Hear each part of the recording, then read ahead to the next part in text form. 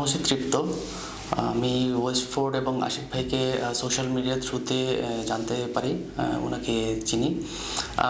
এর আগে হচ্ছে আমি বিভিন্ন জায়গায় গিয়েছিলাম, বাট আমার কাছে সব এত যে ইনস্টিটিউশনগুলো ছিল বা কোম্পানিগুলো ছিল, এগুলো এত রিলায়েবল আমার কাছে মনে হয়নি।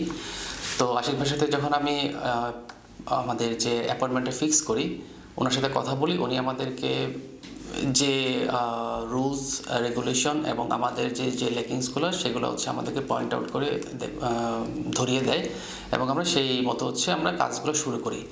তো ওয়েস্টফোর্ডের সাথে আমাদের এক্সপিরিয়েন্স অনেক ভালো ছিল। অনেক চড়াই উতরাই পেরিয়ে আসলে আমরা শেষ পর্যন্ত সাকসেস পেয়েছি।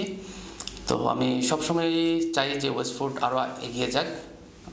তো আমি সবসময় টিম ওয়েস্টফোর্ডের শুভকামনা করি।